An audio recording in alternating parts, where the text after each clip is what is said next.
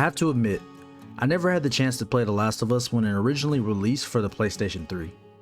Even after multiple remasters, I still never owned a PlayStation to try it out. However, I did watch the TV series adaptation earlier this year, which I must say did a commendable job capturing the essence of the game. Consequently, I was already familiar with the storyline, which took away some of the element of surprise.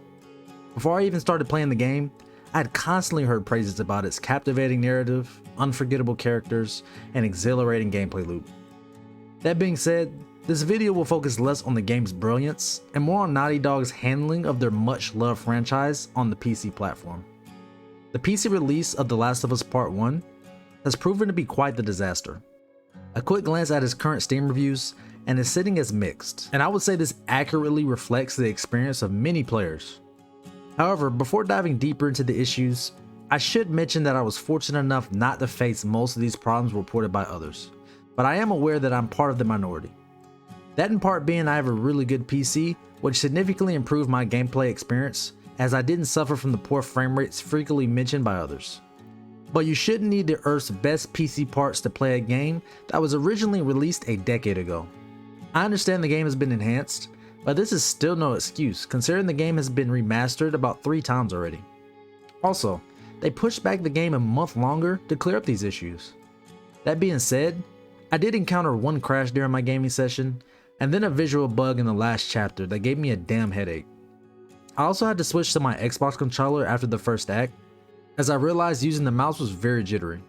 Numerous players have encountered a variety of technical difficulties, such as inadequate optimization that results in low frame rates even on high-end gaming systems. There have been reports of crashes, visual bugs, and sound issues.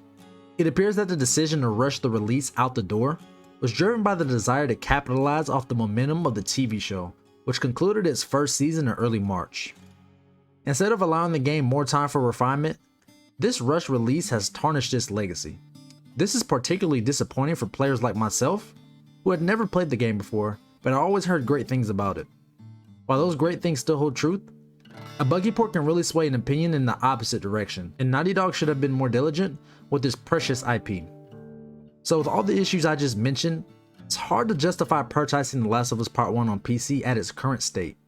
The game may be a masterpiece on its original platform, but this port simply doesn't do it justice. Until Naughty Dog addresses these problems with patches and updates, I can't recommend buying the game.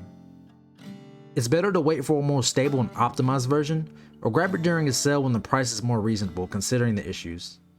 To add to that, Naughty Dog has lost the trust of the PC gaming community with this release. For a company known for its high quality games and attention to detail, this PC port is a significant misstep. It's not just about the technical issues, it's also about how the company has handled the situation.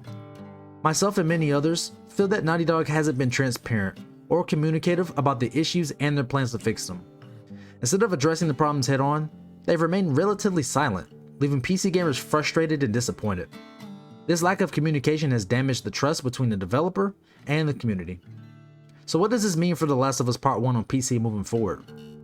Ideally, we'd like to see Naughty Dog take the criticism to heart and work diligently to address the issues with patches and updates.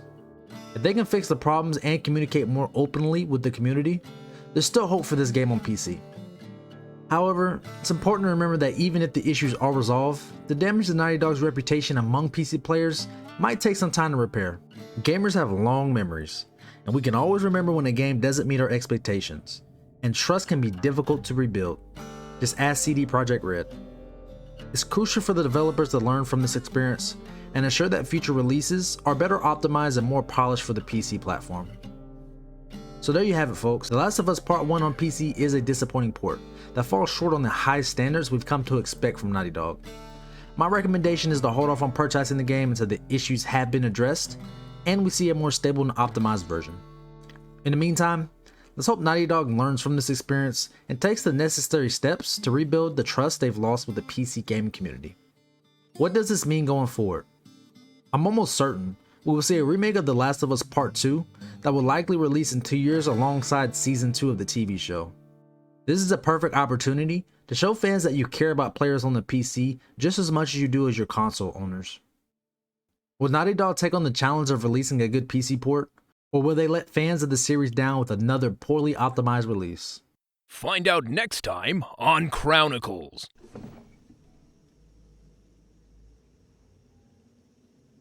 I'm gonna find. And I'm gonna kill.